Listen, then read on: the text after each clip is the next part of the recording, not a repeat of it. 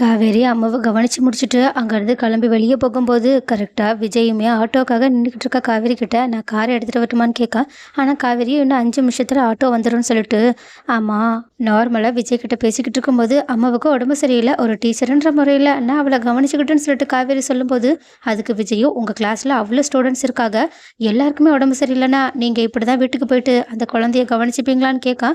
அதுக்கு காவேரியும் கொஞ்சம் யோசிச்சு பார்த்துட்டு கண்டிப்பாக அப்படி பண்ணியிருக்க மாட்டேன் தான், என்னன்னு தெரியல. அவளை பார்த்த முதல் நாள்லேருந்து எனக்கும் அவளுக்கும் நடுவில் ரொம்பவே பாண்டிங் ஜாஸ்தி ஆயிடுச்சு.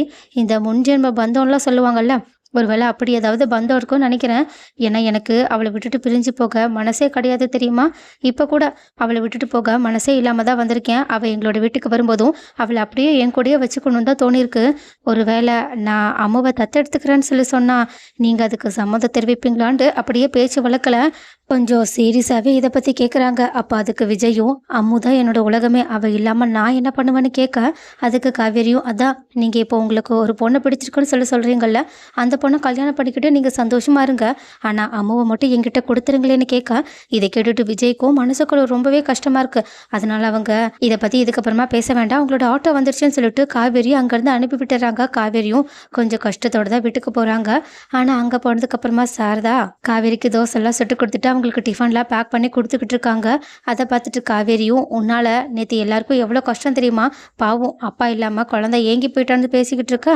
அதுக்கு சாரதாவும் அதான் இதுக்கப்புறமா நான் அதை பண்ண மாட்டேன்னு சொல்லி சொன்னல, அந்த ஃபோன் வேற எடுக்கலை அப்படின்னு சொல்ல. உடனே காவேரியும் வீட்டுக்கு வந்ததுக்கப்புறமா ஞாபகப்படுத்து, நான் அதை சரி பண்ணுறதுக்காக சர்வீஸ் கடையில் கொடுக்குறேன்னு சொல்லிட்டு வேக வேகமாக அவங்க கிளம்பி அவங்களோட ஸ்கூலுக்கு போகிறாங்க.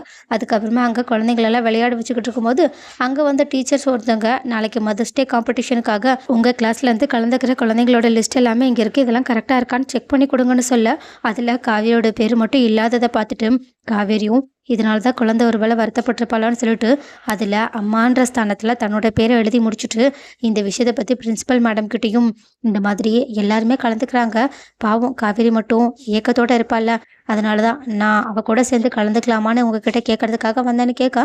அதுக்கு பிரின்சிபல் மேடமும் சந்தோஷமாக உங்களை மாதிரி தான் எல்லோரும் இருக்கணும், நீங்கள் தாராளமாக கலந்துக்கலாம்னு சொல்லிட்டு அவங்களுக்கு பெர்மிஷனையுமே கொடுத்துட்றாங்க.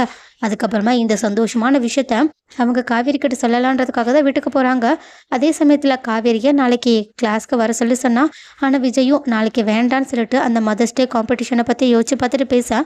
ஆனால் காவேரியும் ரொம்பவே நம்பிக்கையோட நாளைக்கு நீங்கள் கண்டிப்பாக குழந்தைய ஸ்கூலுக்கு அனுப்பி வச்சே ஆகணும், அவள் துளி அளவு கூட ஃபீல் பண்ணாமல் நான் அவளை பார்த்துக்கிறேன்னு சொல்லிட்டு ஏதோ ஒரு மாதிரி பேசிட்டு போகிறாங்க. இதை பார்த்துட்டு விஜயும் என்ன இவ பேசிட்டு போகிற டோனே சரியில்லையே, ஒருவேளை நம்ம நினைக்கிற மாதிரி தான் நாளைக்கு நடக்க போதான்னு சொல்லிட்டு அவங்களுமே ஒரு சந்தேகத்தோடு தான் அடுத்த நாள் அம்மு பாப்பாவை ஸ்கூலுக்கு கூட்டிகிட்டு போகிறாங்க. ஆனால் அங்கே எல்லாருமே அம்மாவோட வந்திருக்கதை பார்த்துட்டு அம்மு பாப்பாவும் லைட்டாக அழ ஆரம்பிக்க. அப்போது இதை பார்த்துட்டு விஜயும் அம்மாவை பார்த்து ரொம்பவே வருத்தப்பட்டுக்கிட்டு அவங்கள சமாதானப்படுத்திக்கிட்டு இருக்கா. ஆனால் கரெக்டாக அங்கே வந்த காவேரியும் அம்மு மிஸ் சொல்லுங்க மிஸ்ன்னு கேட்க. அதுக்கு உடனே இங்கே பாரு, இன்னைக்கு ஒரு நாள் ஃபுல்லாக நான் தான் உனக்கு அம்மா, இன்னைக்கு நீ என்ன மிஸ்ஸுன்னு கூப்பிடவே கூடாது, அம்மான்னு தான் கூப்பிடணும்னு சொல்லிக்கிட்டு இருக்காங்க. இதை கேட்டுட்டு அம்மாவுக்கோ செம்ம சந்தோஷம். விஜயும் ஷாக்கிங்கோட காவேரியை பார்த்துக்கிட்டு இருக்கா.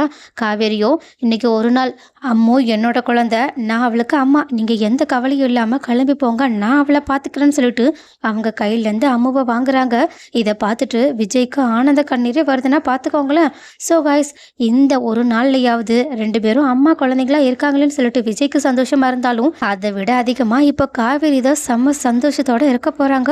ஸோ இந்த ஒரு நாள் காவேரியோட வாழ்க்கையவே மொத்தமாக மாற்றி எப்படியாவது இந்த விஷயமே விஜயையும் காவேரியும் சேர்த்து வச்சா நல்லா இருக்கும்னு யாரெல்லாம் நினைக்கிறீங்க?